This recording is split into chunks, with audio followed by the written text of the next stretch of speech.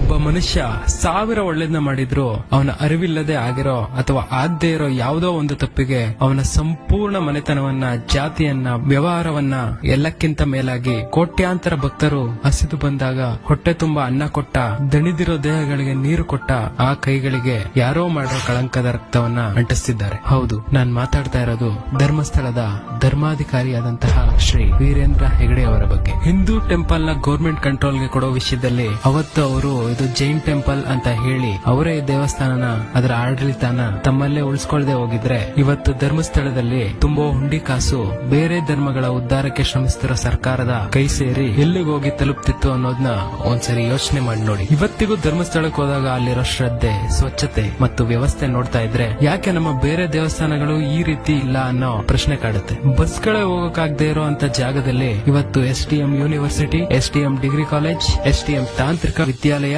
ಹೀಗೆ ಇನ್ನು ಹಲವಾರು ಸಮಾಜಮುಖಿ ಕೆಲಸ ಮಾಡಿ ಅಲ್ಲಿ ಸುತ್ತಮುತ್ತ ಇರೋ ಎಲ್ಲಾ ಜನರ ಬಾಳಿನ ದೀಪ ಆಗಿರೋ ವ್ಯಕ್ತಿಯ ಬಗ್ಗೆ, ಖರ್ಚಿಗೆ ಕಾಸು ಮಾಡ್ಕೊಳ್ಳೋಕೆ ಗ್ಯಾಮ್ಲಿಂಗ್ ನ ಪ್ರಮೋಟ್ ಮಾಡ್ತಿದ್ದ ವ್ಯಕ್ತಿ ಒಬ್ಬ ಯೂಟ್ಯೂಬ್ ಅಲ್ಲಿ ಇಷ್ಟ ಬಂದಂತೆ ಮಾತಾಡ್ತಿದ್ರೆ ಅದನ್ನ ಬೆಂಬಲಿಸ್ತಿರೋ ನಮ್ಮ ಜನಗಳನ್ನ ನೋಡ್ತಿದ್ರೆ ನಗುವುದು ಅಳುವುದು ನೀವೇ ಹೇಳಿ. ಅದೆಷ್ಟೋ ಜನ ಧರ್ಮಸ್ಥಳದ ಮಂಜುನಾಥೇಶ್ವರನ ಜೊತೆಗೆ ಶ್ರೀ ವೀರೇಂದ್ರ ಹೆಗಡೆ ಅವರ ಫೋಟೋನು ದೇವ್ರ ಮನೇಲಿಟ್ಟು ಪೂಜೆ ಮಾಡ್ತಿದ್ದಾರೆ. ಇಂತಹ ವ್ಯಕ್ತಿಗೆ ಈ ರೀತಿ ಅವಮಾನ ಮಾಡಿದ್ರೆ ಯಾವ ದೇವರು ಮೆಚ್ತಾನೆ ನೀವೇ ಹೇಳಿ. ಇಂತಹ ಊಹಾಪೋಹಗಳಿಗೆ ಕಿವಿ ಕೊಟ್ಟು ದೇವ್ರ ರೂಪದಲ್ಲಿರೋ ವ್ಯಕ್ತಿನ ಸಂಶಯದಿಂದ ನೋಡೋದನ್ನ ನಿಲ್ಸಿ. ನನ್ನ ಅಭಿಪ್ರಾಯ ಸರಿ ಅನ್ಸಿದ್ರೆ ಈ ವಿಡಿಯೋನ ಎಲ್ಲಾ ಕಡೆ ತಲುಪಿಸಿ.